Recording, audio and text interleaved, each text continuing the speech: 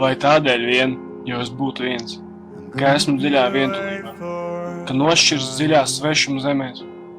Vai tādēļ vien, lai es būtu skumjš un nolaistu galvu?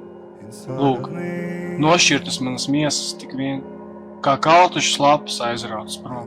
Pa smiltīm veltas, ūdeņos mērtas, nestas, mestas neskur, bet miesas, tas neesmu es. Tās miesas ir manas drēbes, tik vien, lai raustu tās vējuši, lai vēdina. Būs svaigāka gaisa veselīgs spirktums.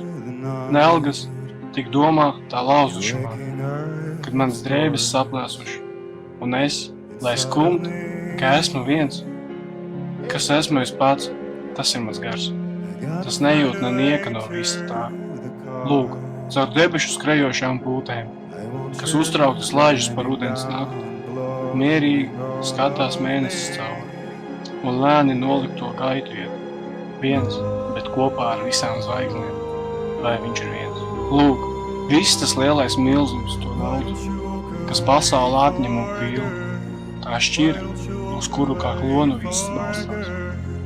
Tie visas pasaules tūkstoši gadi, neatlaidīgo uzvaras cīņu.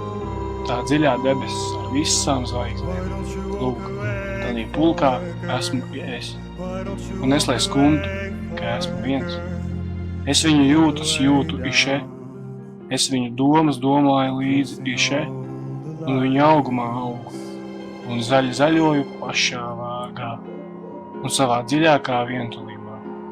Top nesāts no lielās straumas, es, būdams viens, lai sabrūk brūktin visus vienu. Doma un ciešana pārvar visu, lai pamatu kraut zem kājām draudi, izdzēs tautu, kurā aug viens. Mirušiem lēmts ir augšā celties, lai straumi slēpjas zem ledus un zemes. Par mazu laiku tā iznāks laukā, to mazo laiku tas viens vēl paliek. Un es, lai skumtu, ka esmu viens. Un gaiss tas viens, tad paliek tā straumi. Un ar to vienu, kas izgaiss, tā plūst vēl varanāk tālāk. Tā masa ir viens, un viens ir masa.